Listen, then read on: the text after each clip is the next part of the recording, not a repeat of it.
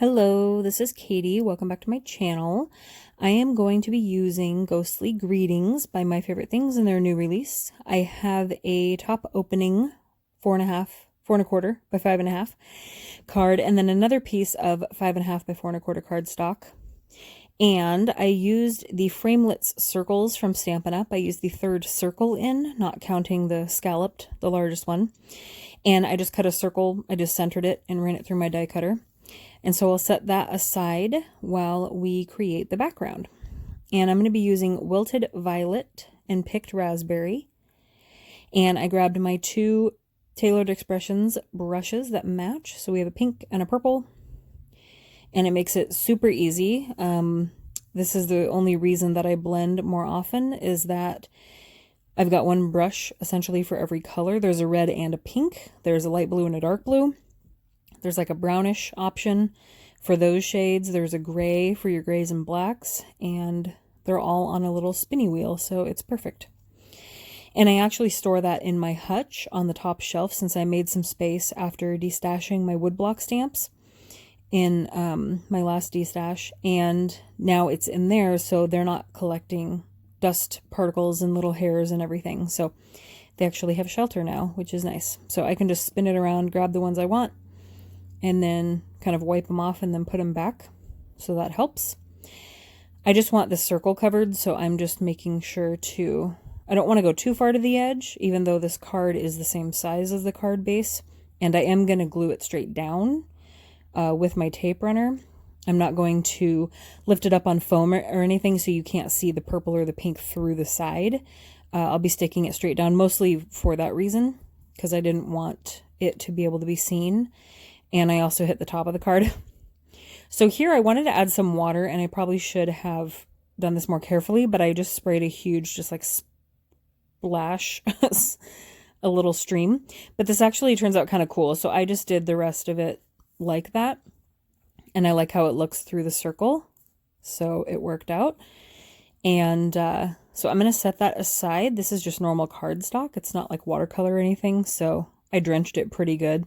So I'm going to set that aside, actually on top of my yardsticks that I film on, while we stamp our images, or sentiment. Sentiment is first. I chose Ghostly Greetings, which is the name of the stamp set, and because there is a ghost on it. I was going to do Happy Halloween, but I figured this one was more fitting. And so I put it where I want it, and then I pick it up, and we are using my brand new My Favorite Things Extreme Black. I am very excited. It's working very well. It works great with the Copics that I use, and I'm very happy with it so far. So I have two I just got from Doodlebugs Wah, and I'm very excited to use it more than my Memento. So you'll notice that when I put down my images to stamp, whether they're centered or not, and in case I want to re-stamp them, I tuck the card in the cardstock into the very corner, and I'm going to be cleaning off this stamp and putting it away because I forgot. I tuck my cardstock into the corner, and then I pick up the stamps, but then I readjust the cardstock because it does move a little bit. So I just make sure it's in the corner exactly, like snug.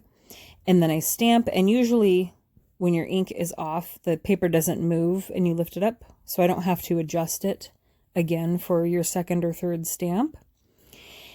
And then, so I cleaned off those two, I paused while I did that. And then I grabbed the RIP because I wanted to put that inside of the headstone or gravestone stamp. But that stamp isn't open, so I couldn't put like both stamps down at the same time, if that makes sense.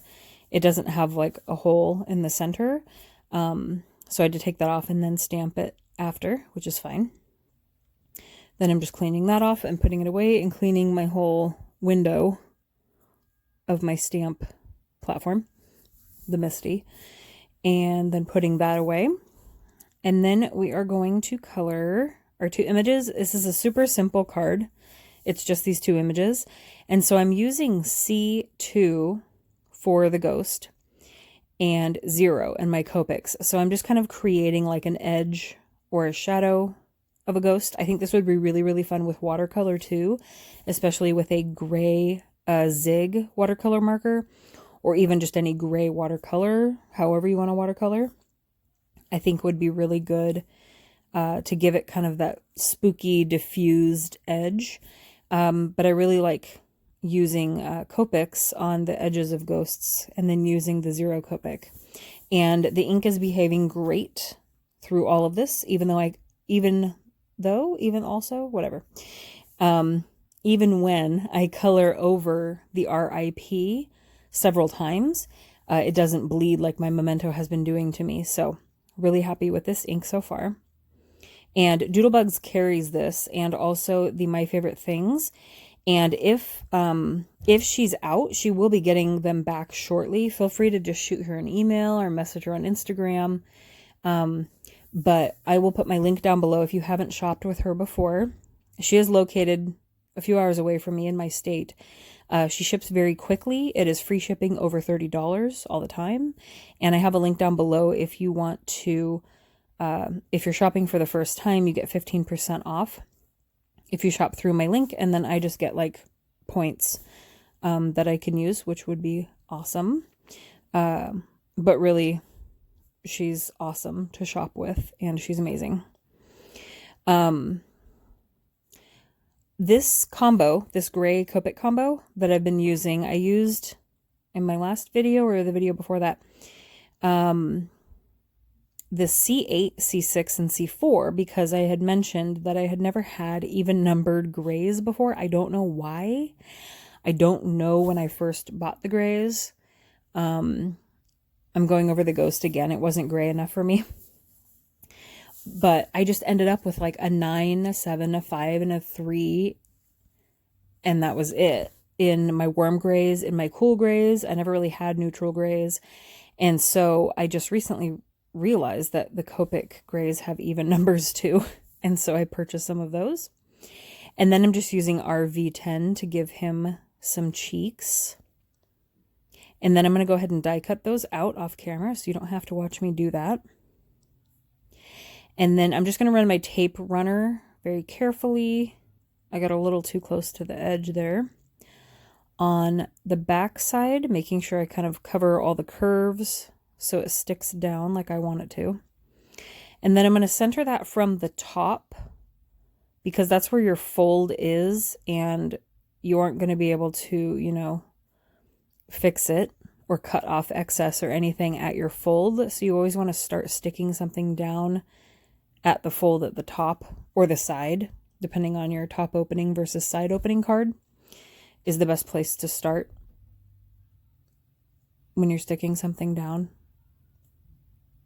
I don't know what my neighbors just did, or my cat, but it was very loud. I'm sticking down the headstone, and then I'm going to raise him up on foam, and I'm showing you here how I trim off excess foam to kind of fit my image, and just showing you the backside there. When I have too much, it just, it helps. He's also extra supported, but you can trim off the foam from the front very carefully without cutting your image. And then that way he's a little more supported. And then I don't have to like pre-cut the foam, which is super annoying to do. So I'm just adding some white accents here. And that is my super simple basic card for Freestyle Friday. I don't know if I mentioned this is a Freestyle Friday video. So there's that. And I will see you guys, Freestyle Friday. I'll see you guys next time, whatever video that may be. Thank you for watching. Bye.